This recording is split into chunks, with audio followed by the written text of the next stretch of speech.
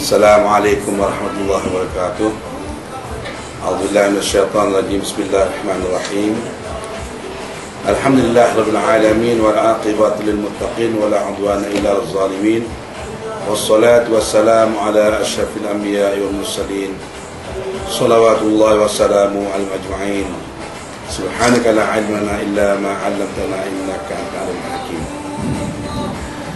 Muslimin dan muslimat sekalian, alhamdulillah kita bersyukur kepada Allah SWT kerana pada esok hari berbulannya 1 Ramadan, iaitu satu bulan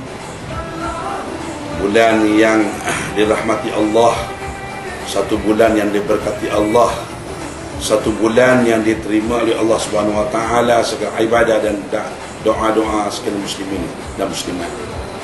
Jadi kita insya-Allah diperpanjangkan umur, bersama-sama kita besok akan memulakan ibadah siam, iaitu berpuasa selama 1 bulan, yang mana puasa ini disyariatkan oleh Allah Subhanahu wa taala 1 bulan ini kepada umat baginda. Dan pada hari-hari yang berikut, hari-hari yang ditentukan dalam bulan Ramadan ini, iaitu bulan puasa ini, kita perlulah menjaga segala amalan kita dengan baik, dengan penuh beradab. Kita melakukan segala perkara-perkara yang disuruh oleh Allah SWT dan meninggalkan segala perkara-perkara yang dilarang. Jadi banyak perkara yang kita akan tempuhi.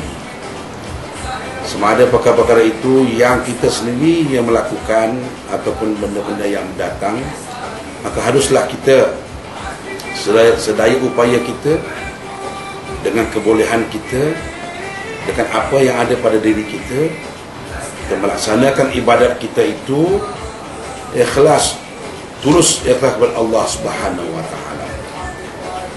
Di mana ibadat berpuasa dalam bulan Ramadan, pada siang harinya kita berlapar, tidak memakan sesuatu, dan kita menahan daripada perut daripada memakan sesuatu, dan pada masa yang sama kita menahan nafsu kita daripada melakukan perkara-perkara yang dilarang.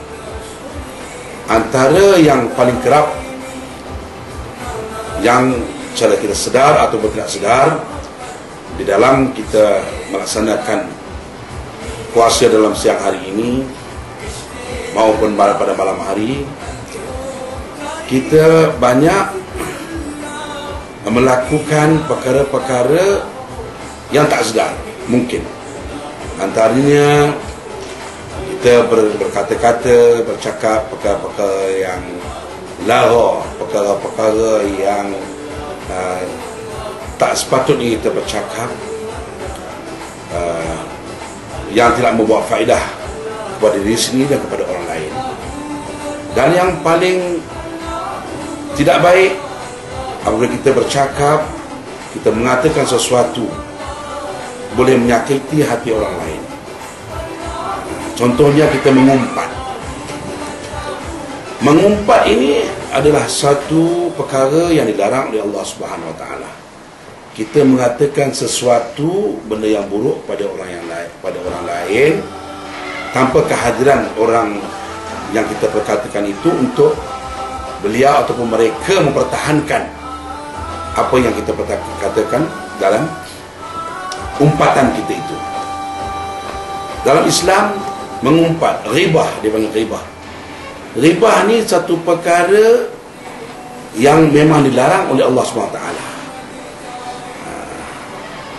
Dan dia berumpama seperti yang telah dicatat dalam Al-Quran, ya, umpatan ini seolah-olah kita memakan daging kawan kita yang dah mati. Apatah lagi pada siang hari kita dia suruh berpuasa, bila kita mengumpat, kita makan daging mayat kawan kita yang dah mati, kita makan. Jadi tak guna kita berpuasa. Itu hanya mengumpat sahaja. Bukan dengan kita makan, curi-curi makan ke, makan dalam rumah ke, makan luar rumah ke.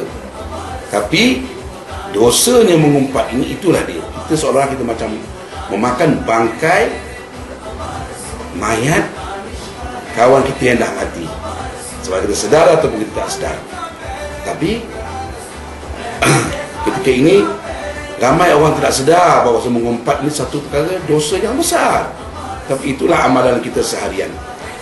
Keluar saja pada rumah, sampai kita kembali ke rumah pada waktu malam kita nak tidur, dah berapa umpatan yang kita dah buat.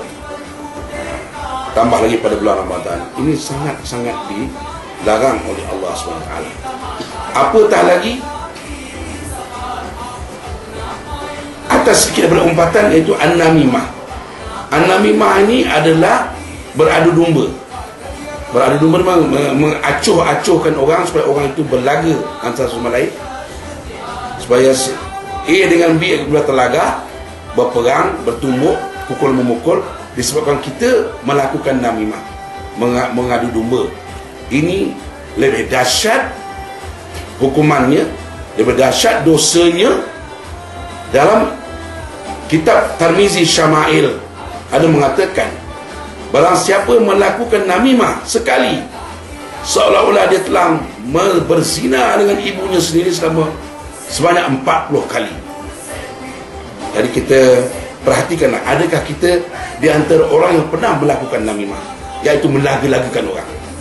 Kalau ada perkara yang macam ini berlaku, seolah-olah kita telah pun bersama atau berzina dengan ibu kita sebanyak 40 kali. Sekali kita melakukan namimah.